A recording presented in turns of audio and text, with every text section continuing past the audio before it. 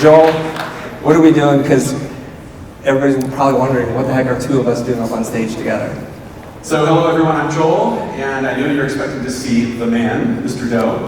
And I want to say, first of all, just say hello. Chris and I thought it would be fun to actually start off his talk with a little conversation beforehand. Now, Chris and I are good friends, and we've been collaborating, I guess, off and on over the last year or two. And I thought, Chris, it'd be kind of cool to ask you a few questions, and maybe get some of the thoughts and questions that are... Having said that, though, I want to hopefully share with you some of the things I've learned and some things that Don told earlier today about how to... The goal for the talk, I'm going to be super honest with you guys, I hate doing talks. I hate it. The only reason why I do the talk is so that I can have conversations with you in the hallway, maybe in the workshop or elsewhere. So it's a means to an end. So having said that though, I want to hopefully share with you some of the things I've learned and some things that Dot has mentioned earlier today about how to live in this post-advertising age and what we've learned from that. So what you're saying is you actually don't enjoy this? I don't. I don't. So what does it look like when you went to prepare for this? Is this a difficult process for you to prepare for speaking in this setting? I would imagine it's probably similar to giving birth. I was up till 4 o'clock in the morning last night working on this, finessing, and you may have seen glimpses of me backstage just tweaking and just like, God, I want it to be right. But you said something to me that I thought was really nice. You said, Chris, a lot of times we create pressure for ourselves because we're trying to reach for the stuff on the top shelf. But just give the audience the stuff in the middle and be okay with that, and it'll be better than what they expected. Right. Be relaxed, just be yourself. So, did this, you said it's like giving birth. Did this take 9 months? No. Okay. Well, there was a lot of pain and screaming involved. All right, I'm also curious to ask you this question. Because how many of you out there watch Chris and see his show? Yay! Woo! Right on. A lot of hands. Yeah. Sweet. I love those cheers. Now, I'm curious. Would you consider yourself a polarizing person? I would say yes. And are you proud of that? Yes. I think for a long time I was very careful with what I said and how I said it to people because I wanted to fit in, I wanted to be liked, I wanted to be popular and all those things. And I learned that the more you try to be somebody else, the less you are trying to be yourself. And I remember I was talking to my son, I have 2 boys, and my son said, Dad, this was his advice to me when he was probably 11 years old. He said, Dad, you just have to be yourself because everybody else is already taken. Nice. 11-year-old wisdom. Yeah, from the mouth of babes. That's right. Well, that's great. I thought this was just going to be a good moment to maybe give a little bit of transparency and even allow you to be vulnerable about this process and what it looks like for you before you give a talk like this. Yeah. I'm excited to see what you're going to share. What's the title of your topic? Is the 7 rules? 7 rules of innovation, something like that. Okay. Because people like numbers. Yeah. And I had to use the word innovation. Yeah, of course. Yeah. Well, great. Well, we look forward to the talk. I'm going to turn it over to my friend Chris. Thank you very much, Take it Joe. away. Thank you. All right.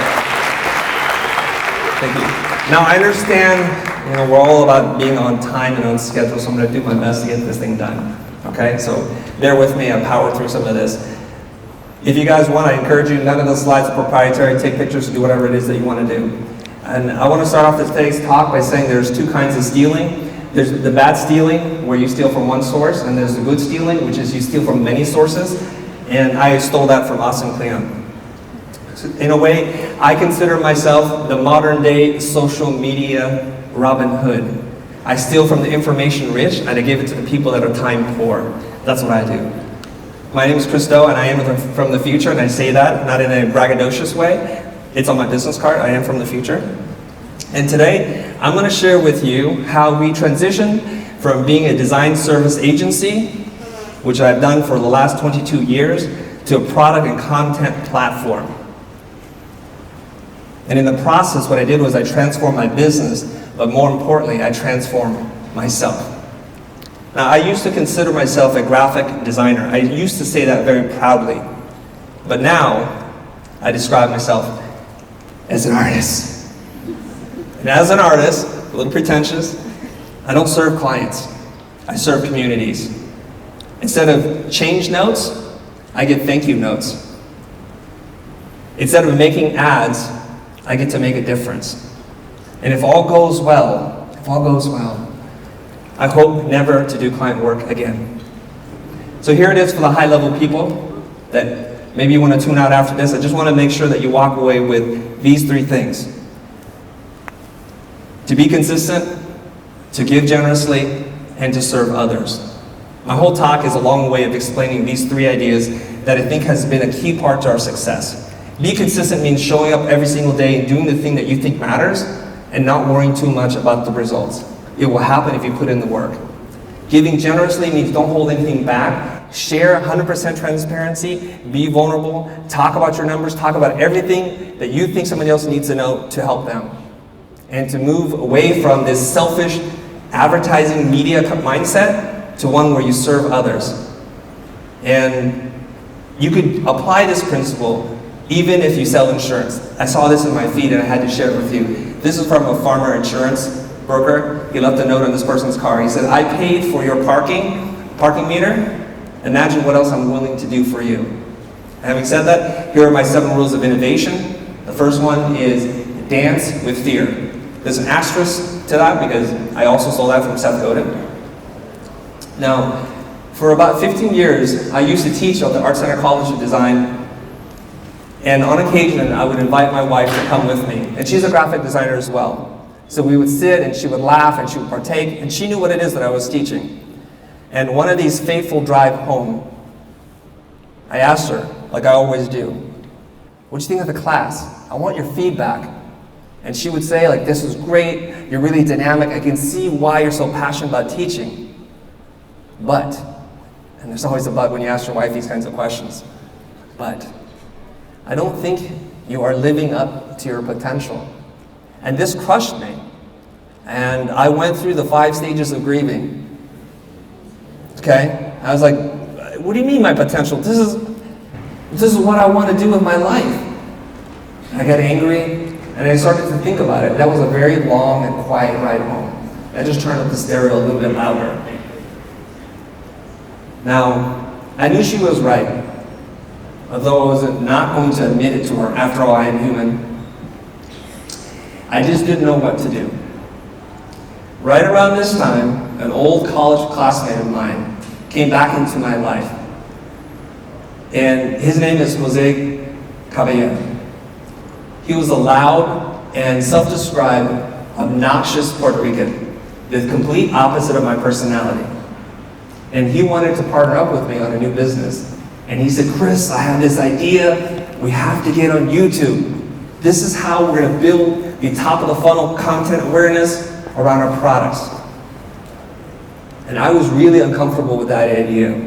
And I was used to making commercials, being the behind the camera talent, not in front. I thought to myself, I have little to gain and a lot to lose. I could say something to offend my clients. What do I have to say? Why would anybody tune in? It was a lot of professional embarrassment for me, like getting on YouTube. And isn't YouTube just for a bunch of adventures and hacks? So I started to rationalize the reasons why I didn't want to do this. Then I decided to ask the world's richest man for advice. This is from Jeff Bezos. I didn't really talk to him. He said, failure and invention are inseparable twins. If you want to be innovative, if you want to make something new, you have to be prepared to fail. And boy, did it look like failure back then. So I want to say this to you. If you're in a position where there's a new idea that presents itself, and you feel like you can't make that step, make small commitments. Don't think of the grand vision or the grand idea. Just take small steps. There's a story. Do you guys know who Terry Crews is? Yeah, he's pretty beefy, right? I was reading in a magazine, Men's Fitness or Muscle and Fitness, something like that. And it surprised me when they asked him in the article, in the interview, do you like to work out? You would think a guy that looks like this would say, yes, I do love to work out. His answer surprised me. He said, hell no. I hate working out. But here's what I do. When I get up from my bed, I go and put on some workout clothes. That's all. That's the only commitment I'm willing to make. And then I say I'm going to have a little bit of breakfast. And he does that. He says, I will drive myself to the gym and I'll just sit in the parking lot. And he sits in the parking lot for a while. He says, it would be stupid if I was dressed and ready to go and sit in the parking lot and didn't do anything. So he says, I'll just go in and do one small set. Many sets later, this is what you look like. Okay, number 2, success is a bad teacher. There's this form of cognitive bias called the gambler's fallacy. It means that if you were to flip a coin and you saw 10 heads, you would think the probability of seeing tails is more likely to come up. Right? That's the gambler's fallacy. And I was reading this book from Dr. Price Pritchett, You to the Second Power, and how to create quantum leaps forward in your life.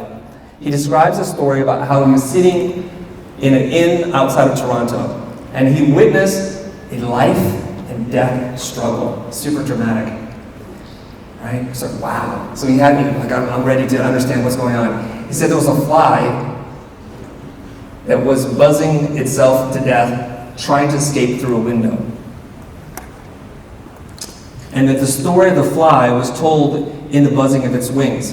It thought to itself, if I try harder, I will get out.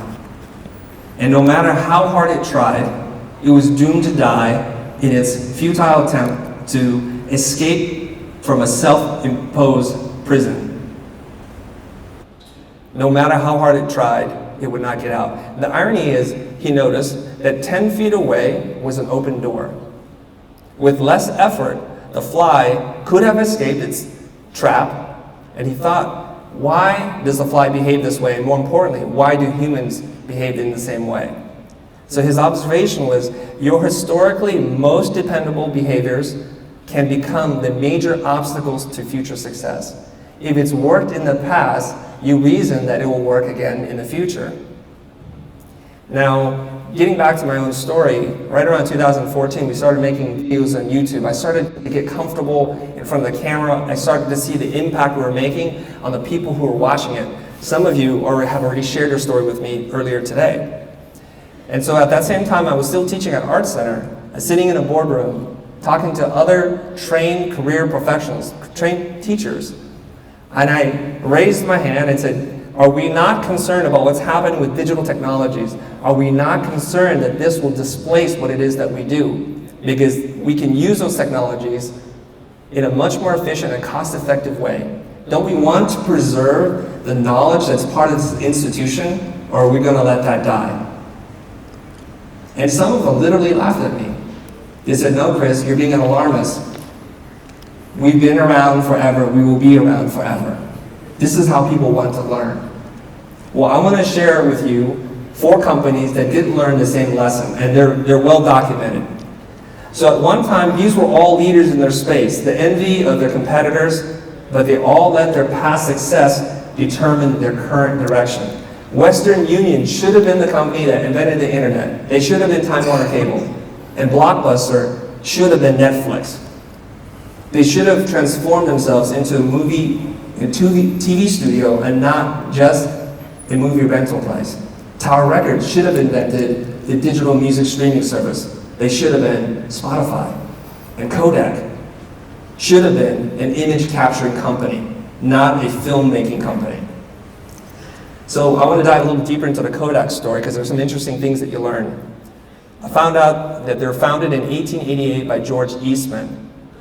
And sadly, after a long and very successful foray into business, they had to file for bankruptcy in 2012. So what killed film? You guys already know this answer, right? What killed film? Digital. Now here's the part that some of you might not know, is that Steve Sasson invented the digital camera in 1975, and he worked for Kodak. That's the scary part. The executives could not see a world without Kodak film. So what did they fail to learn? They feared cannibalization, that digital was going to hurt the sales of a very profitable business, and they wanted the high-margin film market versus the low-margin digital cameras. They were too focused on a short-term gain versus a long-term goal. And they were stuck again, thinking about the past and not looking towards the future. Seth recently was on my show, and he said this to me, Chris, you got to play the game the longest, and whoever fails the most wins. So what I want to do is to encourage you to fail more often, to create a culture on failure. Number 3, transformation transcends transaction. This is a big one for me. Okay, so in 2014, our little company that I started with Jose, this was our annual revenue, $15,000. It wasn't much. So in 2018, we did almost $1.8 million in business. And how do we grow 300% year over year?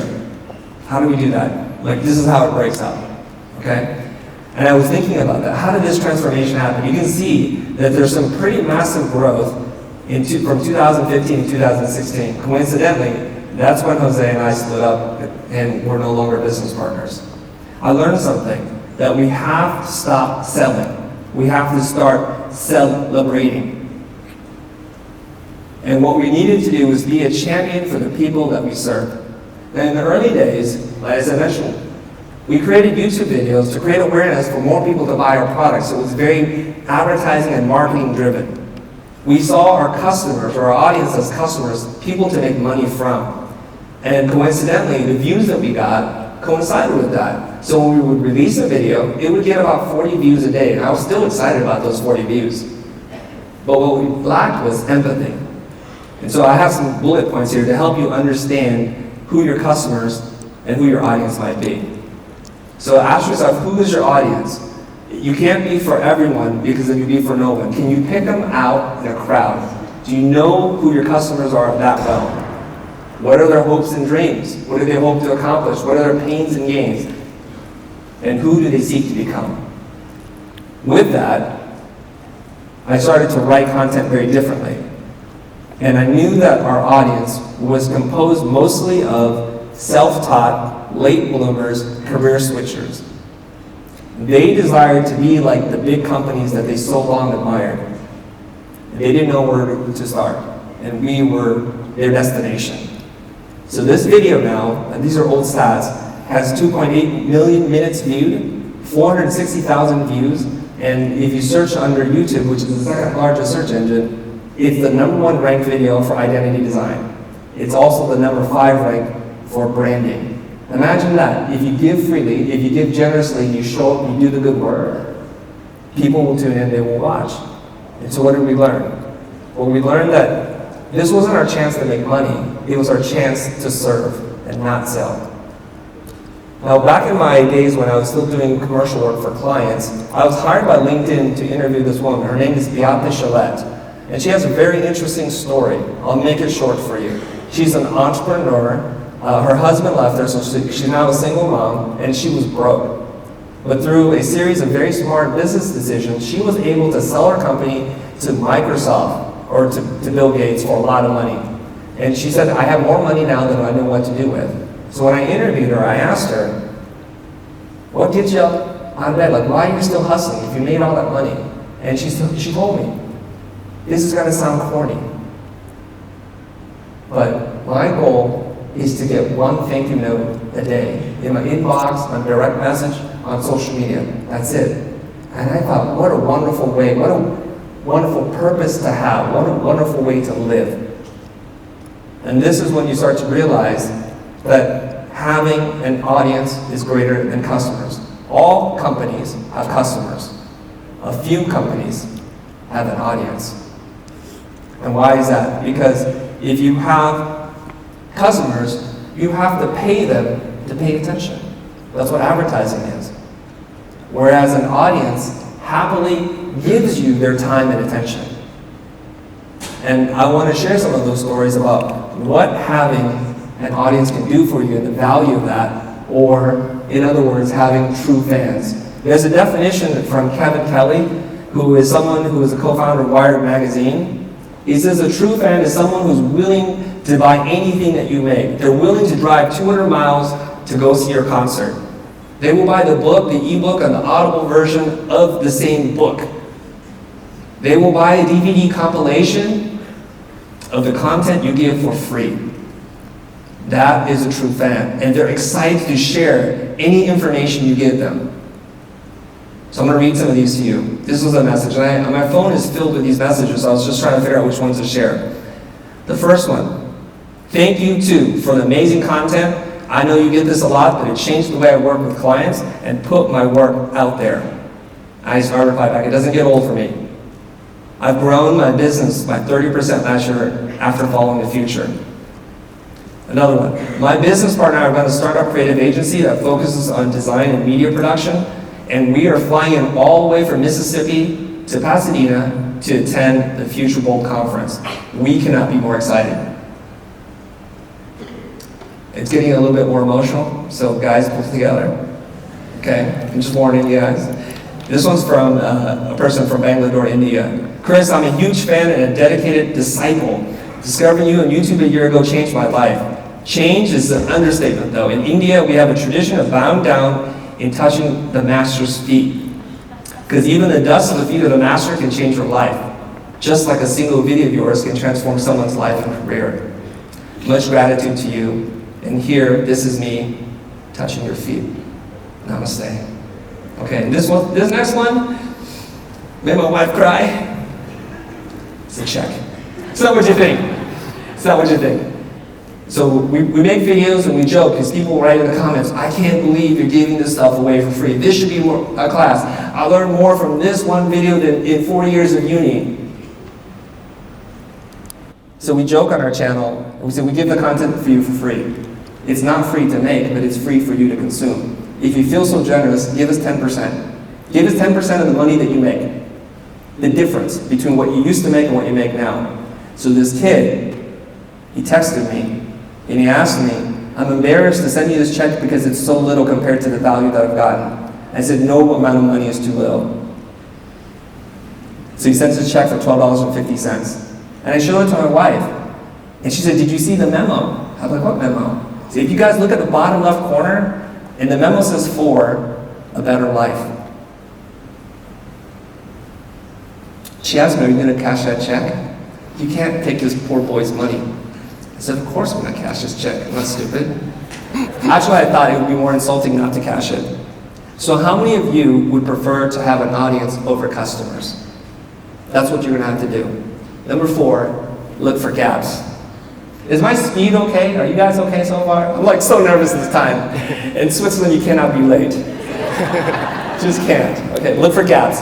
Find the white space and fill those gaps.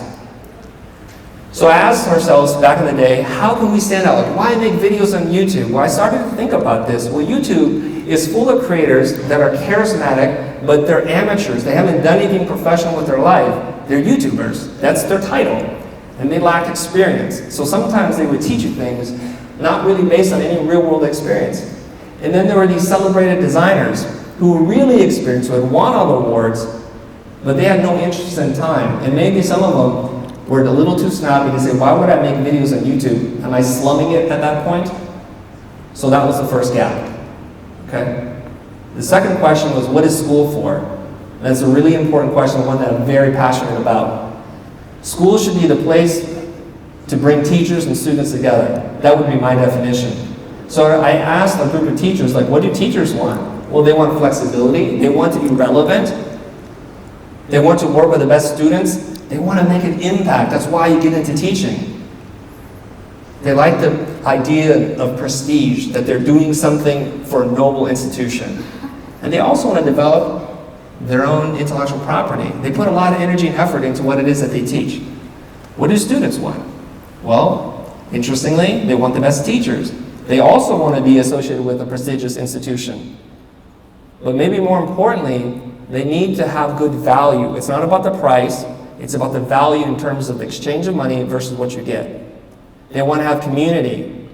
They also want some flexibility, and they want to make progress. They want to grow, get closer towards their goal. The problem was this: between teachers and students, instead of bringing them together, the institutions push them apart with bureaucracy, with rules and rigidity, and with high prices and administrators. What we want to do is create a school system that was going to be equitable, that was geographically neutral, where the tuition felt like it was fair, that there was less rigidity, and something that would adapt quicker. So that was going to be our gap number 2. We wanted to create a school for the 21st century that included video, virtual reality experiences, social interaction, and interactive tools, so that if you're from India, from Asia, or from Switzerland, you could attend the class and be amongst your group. We also wanted to create a system where teachers would earn money while not working, to create IP and pay them a royalty. So, how to find your gap? The empathy exercise, okay? If you're in the user experience design space, this will be very familiar to you, but if you're not, there's a very simple exercise that somebody taught me. It just requires 3 prompts: task, gap, and opportunity. Okay, just remember that. Task, gap, and opportunity. And I'll explain in a second.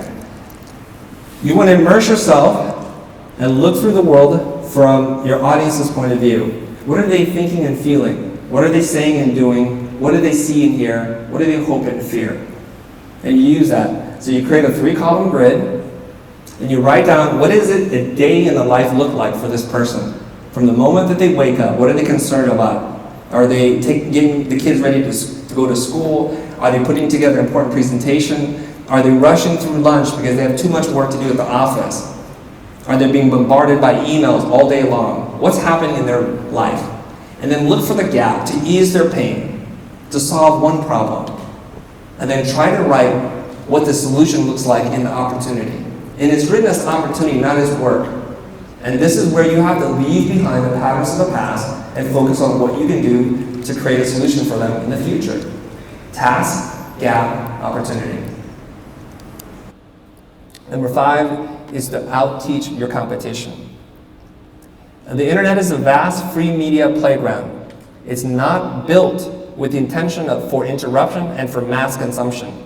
It is not a license to spam. And if you get it right, you pay nothing for distribution. So in the book, A Rework by Jason Fried and David Hansen, they talk about this idea about out-teaching the competition. Why? Because the big companies, I know there are big companies in this room, you're obsessed with secrecy. So the way that you beat them is you outmaneuver them. People are hungry to find out more, to relate and to connect to you, to be part of your tribe. So give them a tour of the factory. Go behind the scenes. Give them a backstage pass. Invite them into your world. And then become a documentarian of your own work. That's also from this book by Austin Kleon. And this could take many forms, and you could pick whichever one feels most natural to you. If you like to speak, like Joel, do that. If you like to write, or blog, or tweet, or make videos, find your poison and make it. And here's some other ideas about what you can do. People oftentimes will say, well, what am I going to talk about?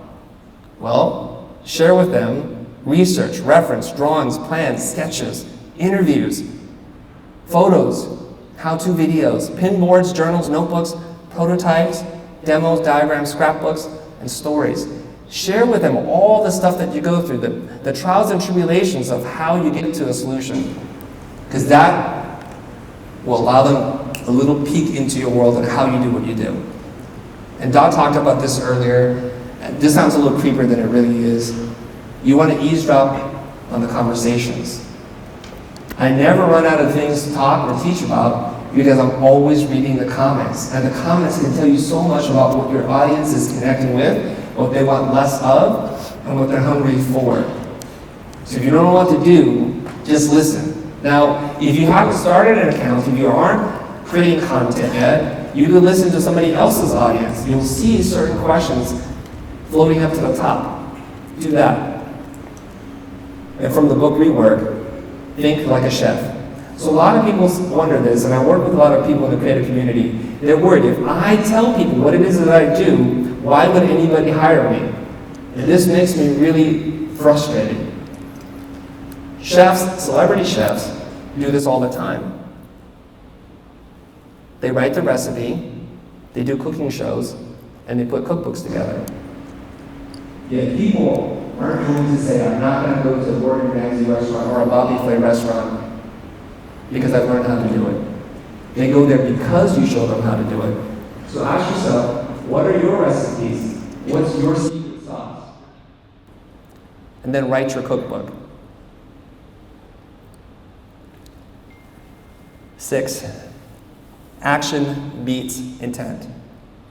Okay, you guys may know this guy, Gary Vaynerchuk. He's like, ideas are crap, execution is the game. Pick a direction, adjust as you go. That's the key. And why is that? Because long-term business plans are a fantasy. Because you can't predict what happens with market conditions, consumer behavior, the economy, technological disruption, or even what the competition is going to do. But what you do need to do is to fight inertia. Now, this image is very telling. That's my former business partner, that's me pushing him for like a funny bit that we're gonna do, but it actually encapsulates the reason why we split up. Because Jose loved to plan. I love to do. So he wanted to put together, of all things, and we're a company of 2 people. He wanted to have an advisory board. He wanted us to write our 5-10-year business plan. He wanted to have stand-up meetings every single day. And after fighting with him for so long, I actually gave in, I tried it. We got together, we did an agile sprint planning thing. I told everybody what I was going to do, and I did all the work in 4 hours. And the rest of the team didn't finish their work in a week because they were busy planning and checking in. So my advice to you is think small to get big results. If you want big gains, think small. Make tiny decisions because it's easier to change course. And there's no big penalty if you mess up. And this is where we work. Instead of having one 12-week project, have 12 one-week projects and keep adjusting. A person who makes 1,000 wrong decisions is better off than a person who makes no decision at all. Number 7, we're in the home stretch.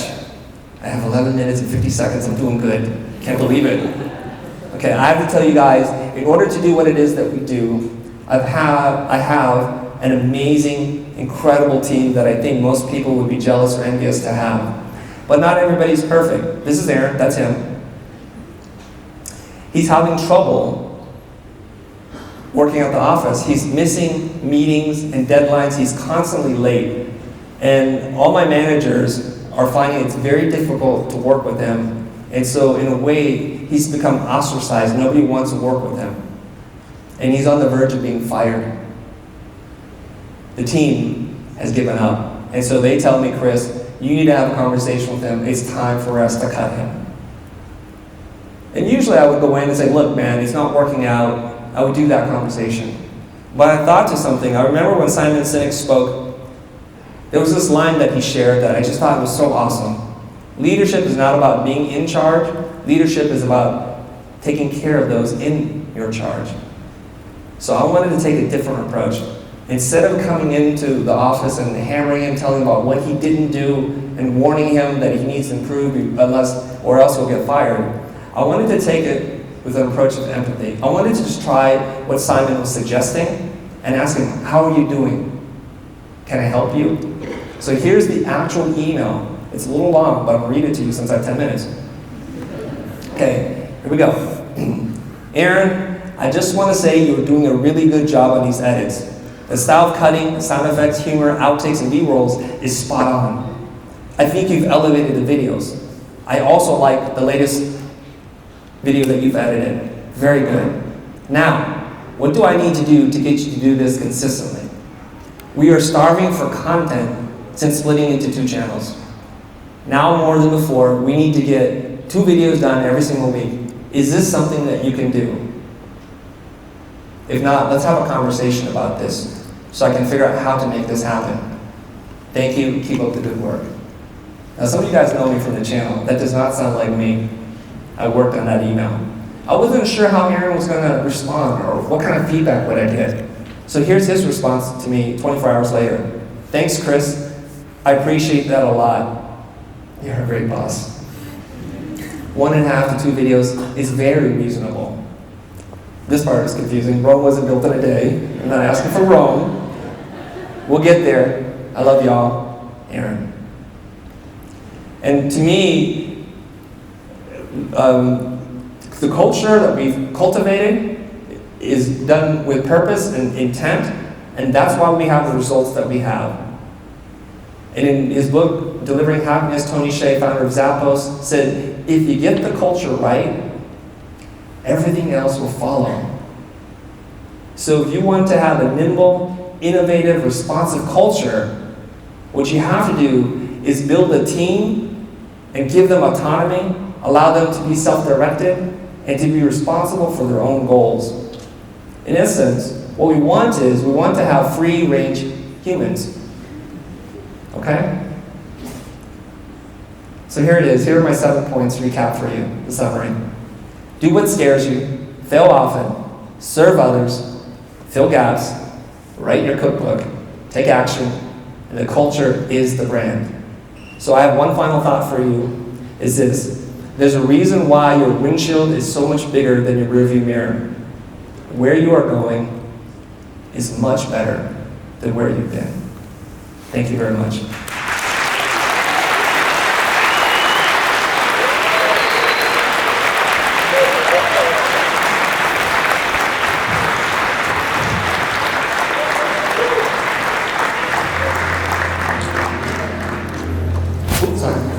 Sorry. So you have the time to bring them to the it's okay. Yeah, that's right. Right? Sorry, Chris. No worries. I'm supposed to leave, right? After. Yeah. Get you guys back on time? Very good. Okay. Unplug? Yeah.